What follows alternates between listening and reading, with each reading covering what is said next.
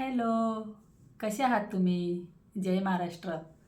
तर आता रात्रीचे 12 वाजलेत आणि 12 वाजता मी हा ब्लॉग सुरू करते आहे. तुम्ही माझा थंबनेल बघितला असेलच, सेकंड लाईफ स्टोरी पार्ट 1. तर या व्हिडिओची सर्वांनीच वाट बघितली. ताई, कधी सांगणार स्टोरी आम्हाला? आणि मी तुम्हाला 10-10 मिनटाचे व्हिडिओ तुमच्यासोबत मी शेअर करेल. म्हणजे कसं नाही, एकाच व्हिडिओत सगळं सांगणार नाही आहे. मी पूर्ण लाईफ स्टोरी माझी म्हणजे माझं यांच्याशी लग्न कसं झालं, मग त्याच्यानंतर कुठे गेलो, फिरायला कुठे गेलो, काय झालं, काय नाही, मग यांच्या लग्नाविषयी मला कधी माहिती पडलं, अशा खूप साऱ्या गोष्टी, भरपूर सारं काही आहेत सेकंड लाईफमध्ये, जे मी तुमच्यासोबत थोडं थोडं शेअर करते. तर तुम्हाला सर्वांना माहिती आहे, जेव्हा माझे पहिले मिस्टर एक्सपायर झाले, तुम्ही माझे पार्ट 1, 2, 3, 4, 5 सगळे बघितलेच आहे पहिल्या लाईफचे. तर अगदी थोडक्यातच मी बोलणार आहे. तर तुम्हाला सर्व माहिती आहे की माझे पहिले मिस्टर एक्सपायर झाल्यावर मी 1 वर्ष पुण्यामध्ये होती. म्हणजे अगदी तेव्हा मला 7वा महिना होता आणि त्यानंतर मी डिलेवरीला गावाला गेले. डिलेवरी झाली, विराज झाला, मग मी परत पुण्याला आले. मग त्यानंतर मी 1 वर्ष तरी पुण्यात राहिले. म्हणजे विराज 1 वर्षाचं होईपर्यंत मी होते पुण्यात. मग त्यानंतर मी गावाला गेले राहायला. आम्ही गावालाच राहत होते. तेव्हा माझ्या भावाचं लग्न पण नव्हतं झालं. मग काही दिवसांनी भावाचं लग्न आलं, भाऊजही घरात आली आणि एका घरामध्ये थोडंसं होतं, भांडायला लागतं, काही काही गोष्टी म्हणजे होत राहतात. तसं घरातले सगळे चांगलेच होते माझ्या घरातले, असं नाही की माझा भाऊ चांगला होता, भाऊजे वगैरे सगळे चांगले होते. पण काही कारणानिमित्त मला घर सोडावं लागलं आणि मग मी किती 2-3 वर्ष तिथे होते माहेरी. त्यानंतर मी पुण्याला आले. मग पुण्याला आल्यावर थोडंसं पैसे वगैरे माझ्याकडे होते, माझे लग्नाचे भांडे होते, मी पुण्याला आले. आणि हे सांगायचं पण काही कारण आहे, कारण की बरेचसे नवीन सबस्क्रायबर आहे, त्यांना काही माहिती नाही आहे. त्याच्यामुळे मी थोडक्यात काही गोष्टी तुमच्यासोबत तुम्हाला मी सांगते, की त्या आणि ज्या गोष्टी मी तुम्हाला नाही सांगितलेल्या, अशा गोष्टी तुम्हाला मी या व्हिडिओत सांगते आहे. मग मी पुण्याला आले. पुण्याला आल्यानंतर मग मी किती घरं चेंज केली. तर मी आज त्याचं सगळं हे केलं, म्हणजे मी सगळं आठवलं आणि काही म्हणजे माझ्याकडे काही प्रूफ आहेत, काही डॉक्युमेंट्स आहे, की खरं मी जे काही बोलत असते ना, ते मी कुठली गोष्ट खोटं नाही बोलत. जे माझ्यासोबत झाले आहे, मी इन्स्टाला पण जे काही सांगते, ते सगळं जे रिअल लाईफमध्ये माझ्या झालं आहेत ना, तेच मी इन्स्टालाही शेअर करते. तर मी पुण्याला आल्यानंतर मी कमीत कमी 5 घरं मी चेंज केली. 3 ते किती 4 एक वर्ष मी पुण्यात राहिले असेल, पण तेवढ्या 4-5 वर्षात मी 5 घरं चेंज केली. म्हणजे मला इतके प्रॉब्लेम सुरू झाले. सगळ्यांना असं वाटतं की काय हिचे नवरा एक्सपायर झाल्यावर मी लगेच लग्न केलं. तर तसं नाही आहे. मी भरपूर स्ट्रगल केलं आहे त्याच्यानंतर पण. पण म्हणजे मला माहीत पडलं होतं की नाही पॉसिबल एकटं राहणं, त्यात तेवढी लहान पोरं, त्यात पैसा आणायचा कुठून, शिक्षण कसं होणार यांचं, ही खूप मोठं म्हणजे माझ्यासमोर लाईफचं हे होतं. आणि मी अक्षरशः कितीतरी दिवस मी मी झोपतसुद्धा नव्हते, अशी बारीक झाली होती मी, इतकी बारीक विचार करून करून. माझी एकटीवर जिम्मेदारी, एवढे पोरांचं कसं करणार, रोजचं त्यांचं खाणं पिणं, खूप साऱ्या गोष्टी होत्या. आणि मग माझ्याकडनंही काही गोष्टी झाल्या आहेत अशा, म्हणजे नाही का, त्या काही गोष्टी मी तुम्हाला नाही सांगू शकत. तर 5 घरं मी चेंज केले. सगळ्यात पहिले मी जेव्हा त्या घरात आले ना, ते घर पण मी काही लोकांमुळे चेंज केलं मी. मग मी असं करता करता करता एका बाईवर पोलीस कंप्लेंट केली होती. तिने मला अक्षरशः आजच्या आज रूम खाली कर, तुम्हाला ते सगळं सांगितलं आहे मी. म्हणजे मी तिच्या घरात खोटं बोलून ती रूम घेतली होती, की माझे मिस्टर आहे बाहेर गावाला, असं तुम्ही मला रूम द्या, असं खोटं बोलून वगैरे मी रूम घेतली होती. पण तिला माहिती पडल्यानंतर ती मला काही त्या घरात ठेवायला तयार नाही. माझी मोठ्या बहिणीने पण तिला समजून सांगितलं होतं, पण ती बाई काय ऐकायला तयार नाही. आणि आज मला असं वाटतं ना, त्या बाईला जाऊन खूप मारावा. ती आपल्या इथलची नाही आहे, ती बाहेरची आहे. खरं मला असं वाटतं तिला जाऊन मारावं आता, खरंच असं वाटतं मला. आणि ती जी बाई आहे ना, ती माझ्या डोक्यातनं कधीच जाणार नाही. म्हणजे तिला एवढीशीसुद्धा कदर नाही आली. तेव्हा विराज किती होता, ज्युनियर के जीला होता विराज. किती लहान, ज्युनियर के जी. नर्सरीतनं निघाला ज्युनियर KGला होता विराज, एवढा लहान होता विराज. आणि साहिल तेव्हा गावाला होता शाळेला. मी विराजला घेऊन आले होते. साहिलला नंतर 1 वर्षांनी साहिलला पण मी घेऊन आले. तर मग ते सोडलं. तिथे मी त्या लेडीची पोलीस कंप्लेंट केली. त्याचे पोलीस कंप्लेंट नव्हती केली, ANC नव्हती केली. त्याचे पेपर आहे माझ्याकडं. मग त्याच्यानंतर मग मी असे करता करता मी असे 5 घरं म्हणजे मी तिथे राहत असताना माझे 5 ते 6 घरं मी चेंज केले. आणि जे माझं शेवटचं घर होतं, ज्या घरात मी शेवटचं गेले, जिथे मला माझे मिस्टर भेटले, तर तिथे एक भाडेकरी होती राहायला. म्हणजे माझ्या अक्षरशः जी ती लाईफ आहे ना, अक्षरशः मी स्पष्ट इथे आहे ते असं बोलते आहे. कुठलाही असं कट वगैरे न करता जे डोळ्यासमोर झालं आहे तेच तुमच्यासोबत मी शेअर करते. तर ते जे माझं शेवटचं घर होतं ना, जिथे मी राहत होते, तिथं माझ्या आधी एक रेंटर राहत होती. तर मी जेव्हा ते घर बघायला गेले, तर ती रेंटरला मी विचारलं, तुम्ही घर खाली करताय? तर म्हणलं, का घर खाली करताय? आणि ते मला घ्यायचं होतं ना. तर ती म्हणली, हो आम्ही खाली करते, आम्ही आमचं स्वतःचं घर घेतलं, अशी बोलली. तर त्या घरात ती मला काय बोलली, की तू ह्या घरात येते ना राहायला, तर हे घर एवढं लकी आहे ना, तू ह्या घरातनं तू तुझ्या स्वतःच्या घरात जाणार. अक्षरशः अंगाला काटा येतो. ती बाई मला अशी बोलली, की हे घर खूप छान आहे, ह्या घरात मी बरेच वर्ष राहिले आणि आज मी माझ्या स्वतःच्या घरात चालले आहे.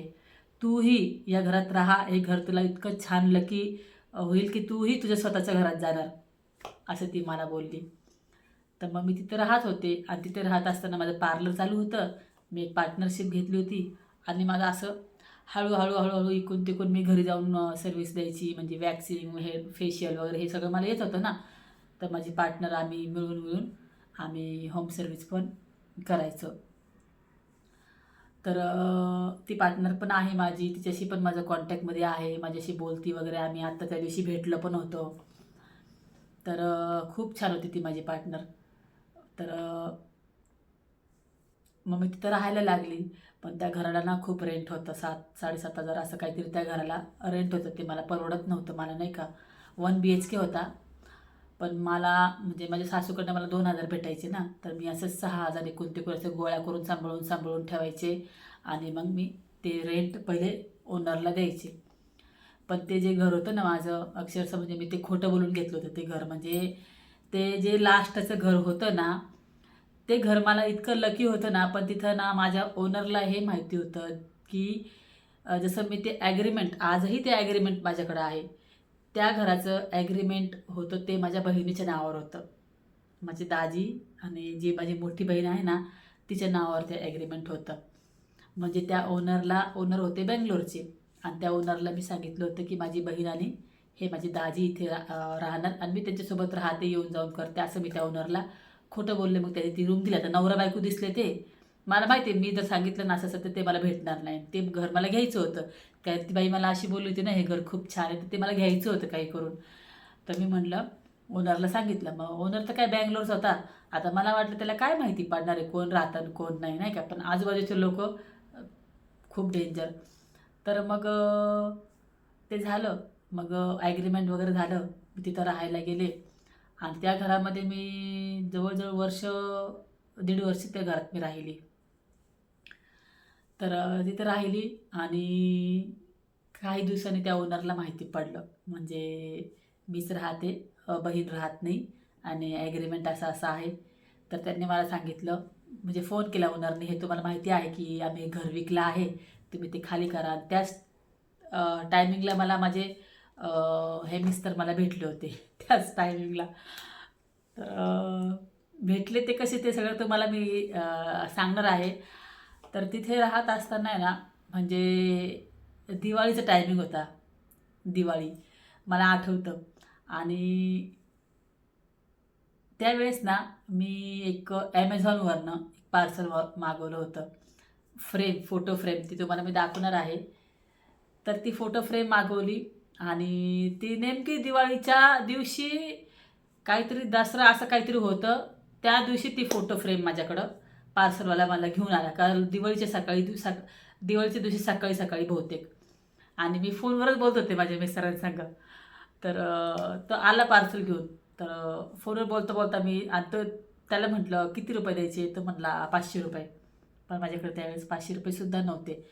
मी त्या पार्सलवाल्याला म्हटलं की हे पार्सल तुम्ही घेऊन जा, माझ्याकडे आत्ता पैसे नाही आहे, मी नंतर घेईन. आणि ते ऐकलं लाडूच्या पप्पांनी. ते असं फोनवर बोलता बोलता, तर फोन चालू होता म्हणजे मला सगळ्या गोष्टी माझ्या डोळ्यासमोर आहे. फोन चालू होता आणि पार्सलवाला म्हणलं ठीक आहे. तर तिकडनं मला लाडूचे पप्पा म्हटले काय झालं, म्हणजे माझे दुसरे मिस्टर म्हटले कोण आहे काय. म्हटलं असंच मी एक पार्सल मागवलं होतं, पण म्हणजे त्यांची माझी नुकतीच ओळख झाली होती. त्यांच्याकडे कसं आपण त्यांच्याकडनं मी 1 रुपया पण घेतला नव्हता, मग मी त्यांच्याकडे कसं पैसे वगैरे मागणार ना. तर मला म्हटले काय झालं. म्हटलं असंच एक पार्सल मागवलं होतं, पण मी ते नंतर घेईन. मी त्यांना हे नाही बोललं की पैसे नाही, पण त्यांना समजलं की माझ्याकडे पैसे नाही. मला म्हणले थांबव त्याला आणि तू जे काही घेतलं आहे ते तू घे. तर तोपर्यंत पार्सलवाला खाली गेला होता. मी साईडला म्हटलं जा रे त्या पार्सलवाल्याला बोलव, ते घ्यायचं आहे मला. तर तुम्हाला दाखवते मी ते काय वस्तू होती जी मी मागवली होती. आणि आजही, आता कितीतरी वर्ष झालेत आमच्या लग्नाला, ती मी आजही सांभाळून ठेवली. जेव्हा मी पुणे सोडलं होतं ना, तेव्हा ते वस्तू मी माझ्या कपाटात गावाला सांभाळून ठेवली होती, एकदम पॅक करून, की हे माझं पहिलं गिफ्ट माझ्या मिस्टरांकडून मी मानलं होते की ते मला त्यांनी दिलं. तर आला पार्सलवाला, मग मी ते घेतलं आणि दिवाळीचा दिवस होता. तर तेच हे पार्सल दाखवते मी तुम्हाला काय होतं. इकडे बघा, ही फ्रेम होती बघा गणपती बाप्पाची. तर हे गणपती बाप्पा माझ्या लाईफमध्ये आले काय होतेच पहिल्यापासून, पण ही फ्रेम मला खूप आवडली. ऑनलाईन घेतली मी आणि मी ती सांभाळून ठेवली आजपर्यंत. तर ही गावाला होती माझ्या कपाटामध्ये, तुम्हाला आठवतं का मी घेऊन आले आत्ता मध्ये गेलते तेव्हा. तर एकदम छानपैकी मी ती सांभाळून ठेवली. डोळ्यात पाणी येतं या सगळ्या गोष्टी सांगताना. तर माझ्या मिस्टरांचं पहिलं गिफ्ट हे मला दिलेलं त्यांनी. तर हे घेतलं, देवाची पूजा केली मी आणि त्याच्यानंतर माझ्या लाईफमध्ये सगळ्या गोष्टी चांगल्या होत गेल्या, नाही का.